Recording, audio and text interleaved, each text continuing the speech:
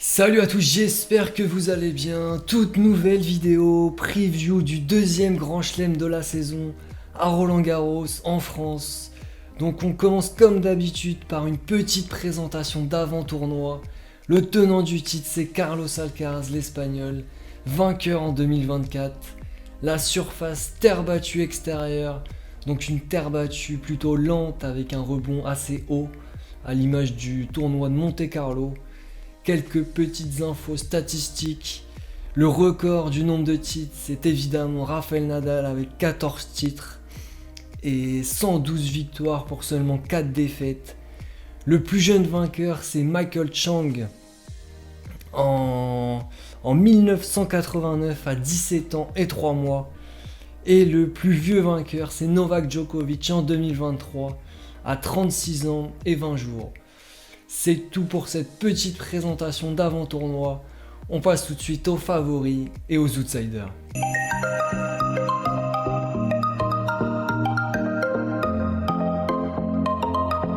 Le premier favori pour moi dans ce tournoi, c'est l'Espagnol Carlos Alcaraz, donc le tenant du titre. L'Espagnol vraiment qui arrive sur ce tournoi en pleine confiance. Je dirais même meilleur que l'année dernière. Il a remporté le Masters 1000 de Monte-Carlo et plus récemment celui de Rome. Donc il arrive vraiment à fond les ballons. Et je pense qu'il va réaliser un très bon tournoi. Je crois qu'il tombe dans une partie de tableau assez favorable. On verra ça dans la partie analyse du tableau. Mais pour moi, il va faire un très très bon tournoi. Le deuxième favori pour moi dans ce tournoi, c'est l'Italien Yannick Sinner, donc qui a fait son grand retour la semaine dernière au tournoi de Rome et qui retrouve vraiment un niveau de jeu fulgurant. Il a été suspendu 3 mois, il est revenu comme ça en un seul tournoi. C'était assez impressionnant. Et voilà, très bon joueur de terre battue, même si c'est pas sa surface favorite, je pense. Match au meilleur des 5-7. Donc il faudra voir aussi son état physique. Il a quand même été arrêté 3 mois. Donc il faudra surveiller tout ça. Bien sûr sa partie de tableau. Mais évidemment ça fait partie d'un favori incontestable sur ce tournoi de Roland-Garros.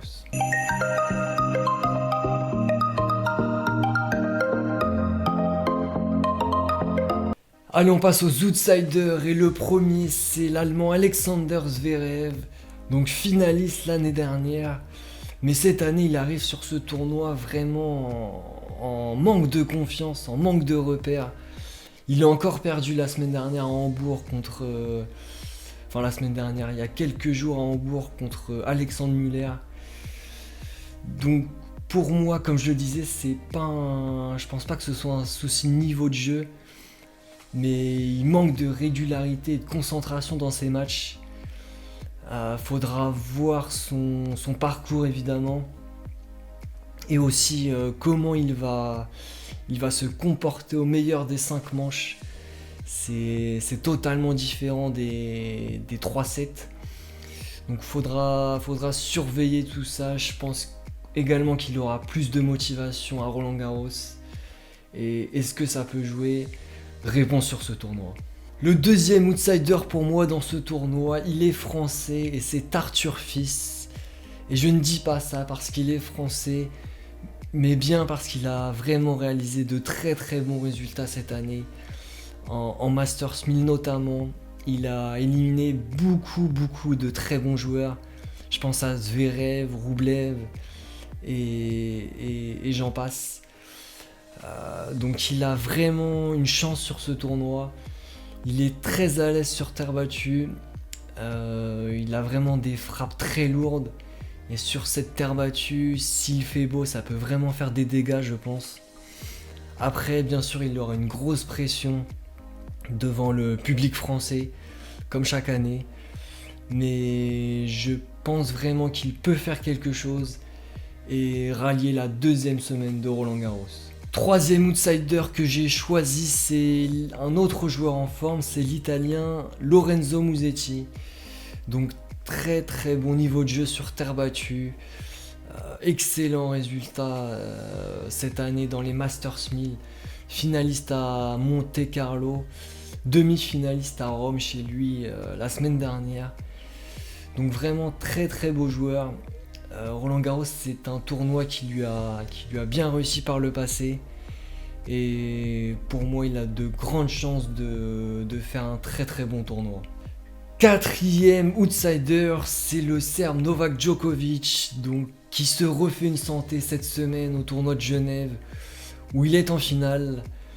Après vraiment saison très très compliquée pour le Serbe. Je ne pense pas que ce soit le tournoi pour lui pour se refaire. Sur terre battue, ça va être très très compliqué, surtout en 5-7 potentiellement. Je pense qu'il va passer quelques tours quand même, mais pour moi ça va être trop compliqué pour lui sur ce tournoi. C'est tout pour les favoris et les outsiders, on passe tout de suite aux meilleures chances françaises dans ce tournoi.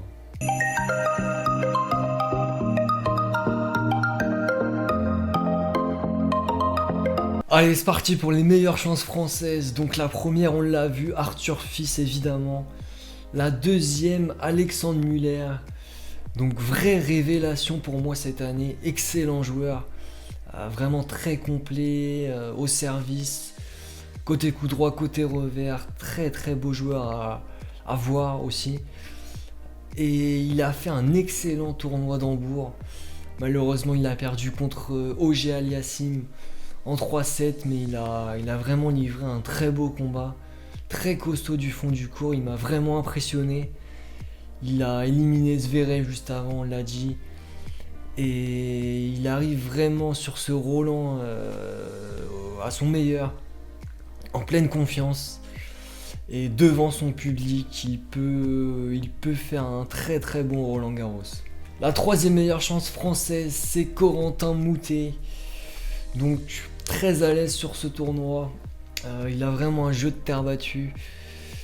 Et voilà, il a été 8ème de finaliste l'année dernière. Il a eu une saison assez compliquée. Il s'est bien repris au tournoi de Rome. Faudra voir son parcours, ses adversaires et surtout son comportement. C'est un joueur avec le sang chaud. Donc voilà, tout va se jouer là-dessus, sur son comportement. S'il arrive à calmer ses nerfs et à pratiquer un bon tennis, il peut faire un bon tournoi. Allez, quatrième et dernière meilleure chance française, Gaël Monfils, donc diminué. Il revient de blessure sur ce Roland Garros. Et pour moi, ça va être très compliqué sur cette surface exigeante qu'est la terre battue. Je pense qu'il va pouvoir passer quelques tours. Il faudra voir son tableau. Mais dès que ça va se corser un petit peu, ça va être très très compliqué pour lui, je pense. C'est tout pour les Français. On passe tout de suite au tableau du tournoi.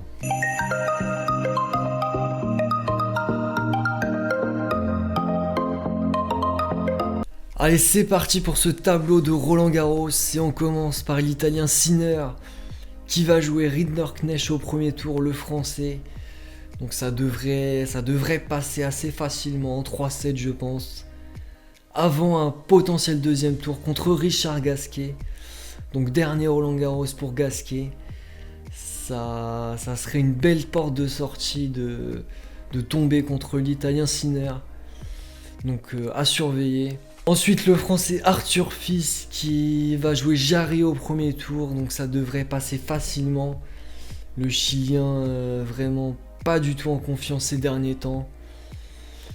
Et le premier test pour Arthur, ce sera face à Andrei Roublev, le Russe. Donc voilà, premier gros test.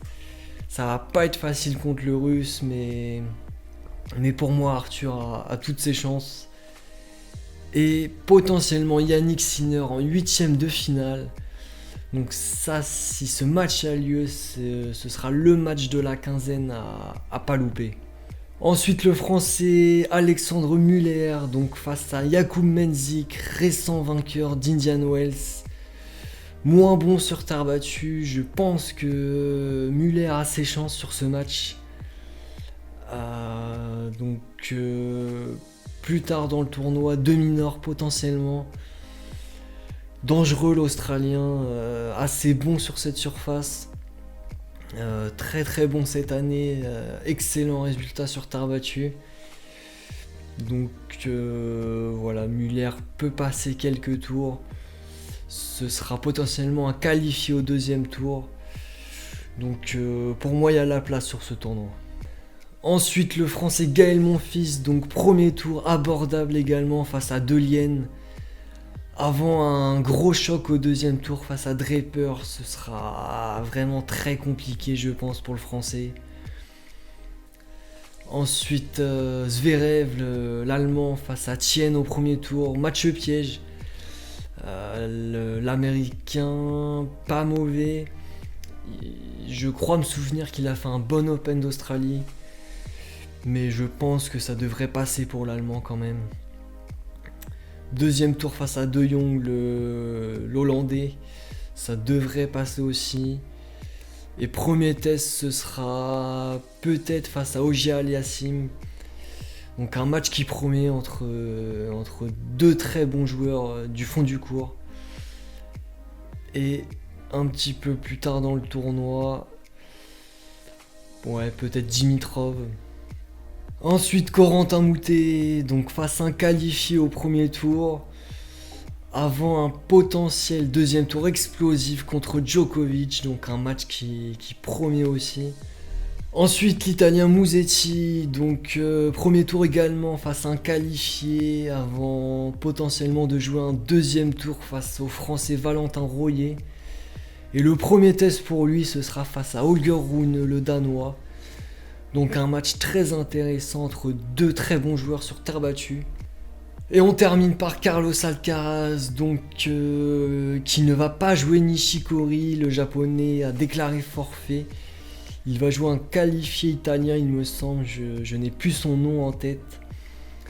Deuxième tour potentiel face à Marozan, l'Hongrois qui l'avait éliminé à Rome en 2023. Donc ça va être la revanche pour Carlos. Avant un potentiel choc face à Tsitsipas. Mais pour moi, l'Espagnol est largement au-dessus. Surtout sur terre battue. Allez, on approche de la fin de cette vidéo. Les demi-potentiels pour ce Roland Garros. Sinner, Zverev et Alcaraz, Fritz. Mon pronostic personnel sur le vainqueur du tournoi. Je vais partir sur Carlos Alcaraz vainqueur. Je pense que sur terre battue, et vu le niveau de jeu de l'Espagnol ces dernières semaines, il a de grandes chances de l'emporter. Réponse après ce tournoi, on analysera tous les matchs et tout ce qui s'est passé. En attendant, prenez soin de vous. Ciao ciao.